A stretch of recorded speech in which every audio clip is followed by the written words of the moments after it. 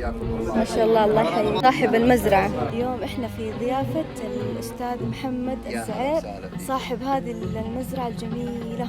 يا حياكم الله وشرفتونا وآنستونا، والله لنا الشرف اننا نستقبلكم الصراحة في مزرعتنا المتواضعة، يعني تقريبا مزارع العلا كلها واحدة يعني. ايوه والله. تستقبلكم وترحب فيكم جميعهم واهاليهم كمان. تسلم. يا هلا وسهلا فيكم، حياكم الله، وتفضلوا معانا نقهويكم الحين القهوة العربية بيت الشعر.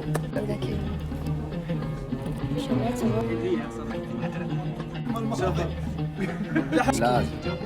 الله يديك العافية. هذا اسمه مصفط. مصفط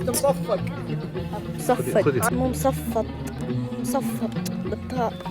أكلة اسمها مصفط مو مصفق.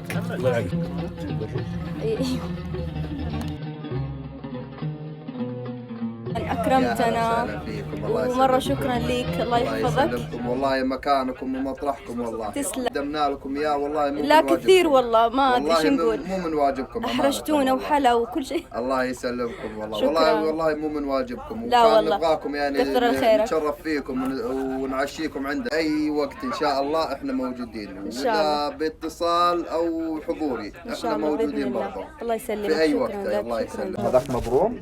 ما شاء الله ضيفنا التمر، هذا المبروم، هذا المجدول.